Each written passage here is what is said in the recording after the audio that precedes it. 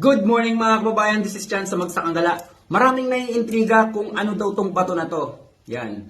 Mga kababayan, ito ay natural na bato. Hindi ito artificial. Ito ay nakukuha sa pinakagitna ng bundok. No? Merong mga legal na nagkakwari ng mga ganito. Kaya don't worry, legal to, legit to. And then, ang kakayanan nito ay mag-release ng mga mineral sa ating tubig. No? Ito yung tinatawag na natural alkaline. So, once na ang alkaline nyo ay dumaan sa machine, automatic, hindi na yan natural. So, ito ang natural alkaline.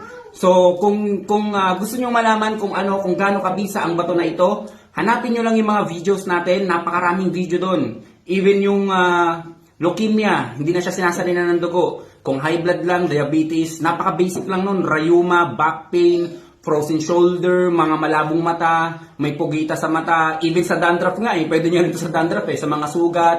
Meron din tayong sa psoriasis, meron din tayong video nun, no? And then meron din yung matagal na panahon nang hindi nakakatayo, ngayon nakakatayo na siya. Yung meron din tayong video diyan na merong na-stroke. Ngayon nakakasundo na nakakapagmotor na, nakasundo niya na yung apo niya. So mga kababayan, ito ay Acid Guard Plus. Kung gusto niyo mag-order nito, PM nyo lang ako. Ito ay tatagal ng 4 hanggang 6 na taon. So ganito kasulit, hindi mo na kailangan mag-maintenance. Ito na lang ang maintenance mo.